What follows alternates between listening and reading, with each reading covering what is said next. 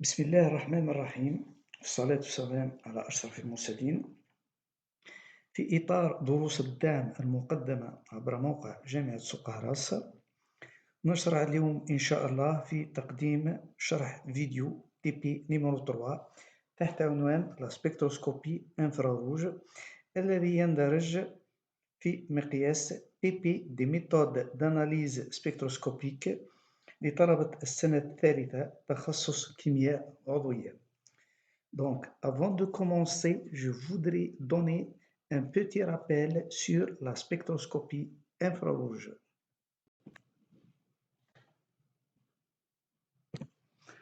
La spectroscopie infrarouge étudie les vibrations des molécules lorsqu'elles sont irradiées par une onde électromagnétique comprise dans le domaine de l'infrarouge environ. Cette zone spectrale est divisée en infrarouge proche, infrarouge moyen, infrarouge lointain. واش معنى انفراروج بروش ولوانتان؟ حنا قبل السبيكتر هذا عندنا لو سبيكتر UV. لو سبيكتر UV يبدا من الفيولي حتى ينتهي بالروج. يبدا دركا لا زون تاع الانفراروج. بروش دانفراروج معناها قريب للروج، lointain معناها بعيد عن الروج.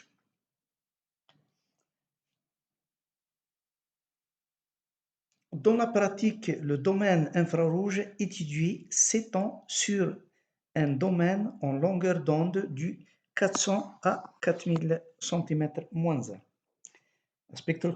La spectroscopie infrarouge est l'un des outils spectroscopiques les plus utilisés pour la caractérisation des molécules. L'intérêt de la spectroscopie infrarouge, 1. C'est l'identification des groupes fonctionnels présents dans une molécule. 2. C'est la suivi d'une réaction chimique. À titre d'exemple, on a un exemple de l'oxydation d'un alcène par hydroboration en présence de l'eau oxygénée et de la soude.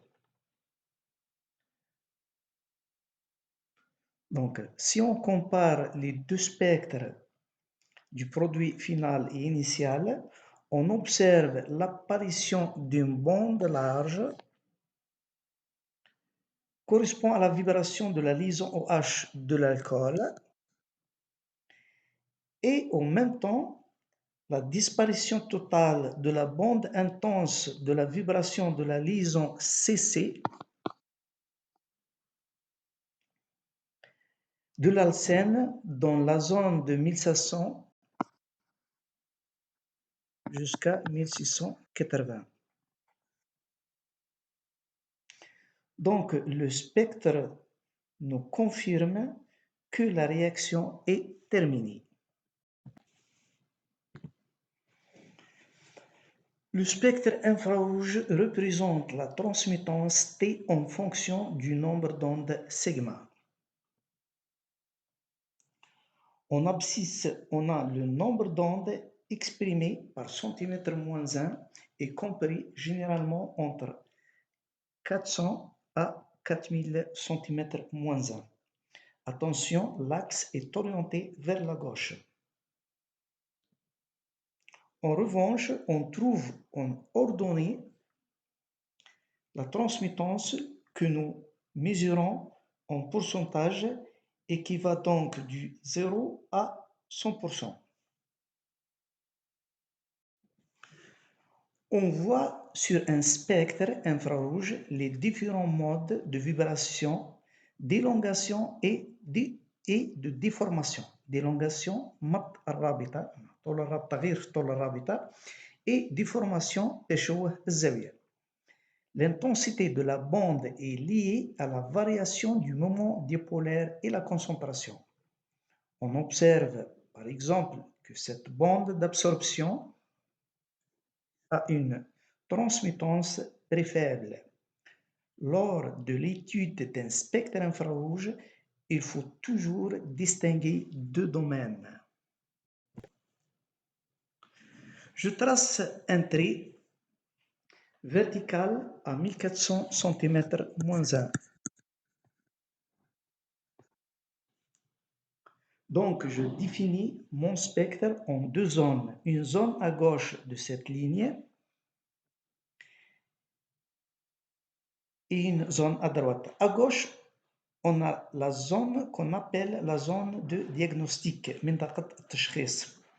parce que les bandes d'absorption qu'on va trouver dans cette région vont être caractéristiques des fonctions, des groupes de fonctions ou de types de liaisons. Dans cette zone, ça va nous permettre de savoir si notre molécule contient une fonction OH ou bien une triplaison CC, à titre d'exemple. Donc ça, c'est la zone diagnostique. À droite, on a une zone qu'on appelle la zone d'empreinte digitale. Cette partie du spectre, elle est beaucoup difficile à interpréter, donc c'est très compliqué. Par contre, ce qui est super intéressant, c'est que cette partie, elle est unique pour chaque molécule. C'est pour ça qu'on appelle l'empreinte digitale.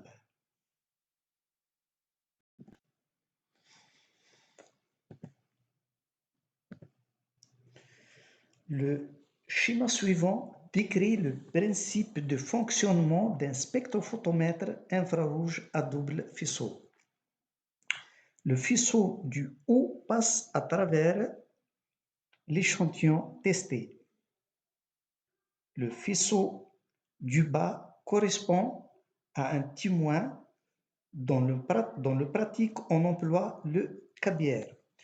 Pour chaque longueur d'onde, l'intensité I transmise par l'échantillon est comparée à l'intensité incidente I0 afin d'en déduire la transmittance I égale à I sur I0.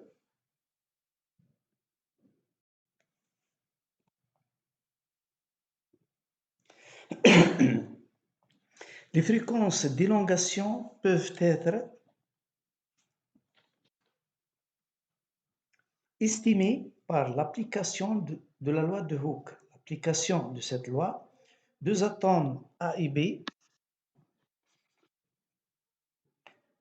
et leur liaison se traitent comme un simple oscillateur harmonique composé de deux masses M1 et M2 reliées par un ressort.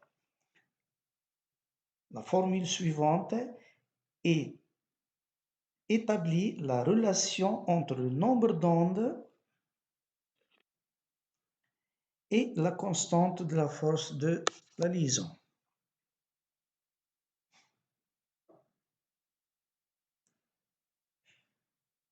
Donc, on peut remarquer que le nombre d'ondes augmente avec la force de la constante K et diminue quand la masse des atomes augmente.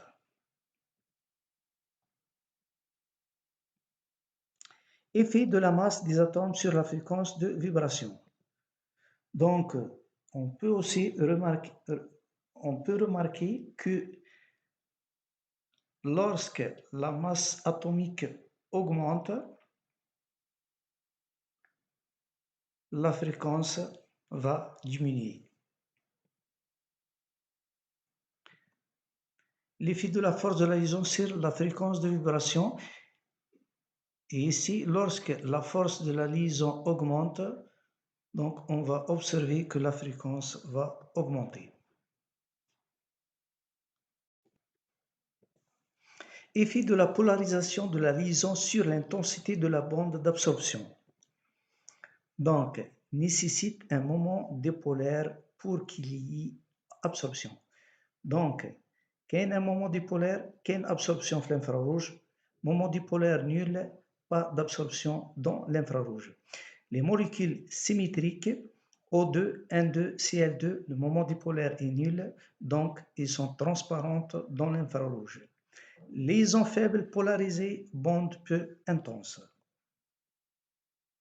Liaison fortement polarisée, bande intense.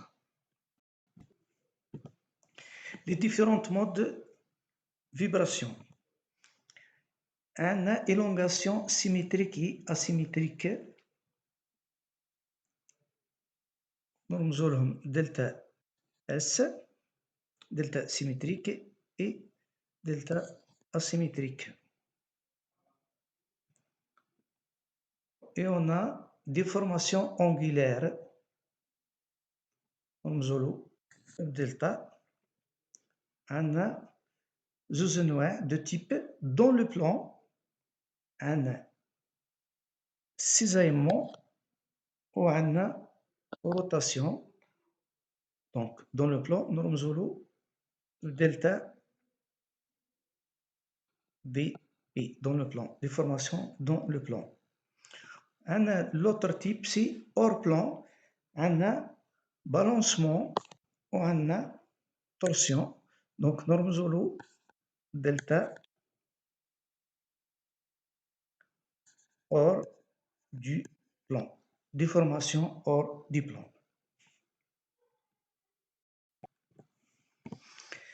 Les élongations recueillent en général plus d'énergie que les déformations.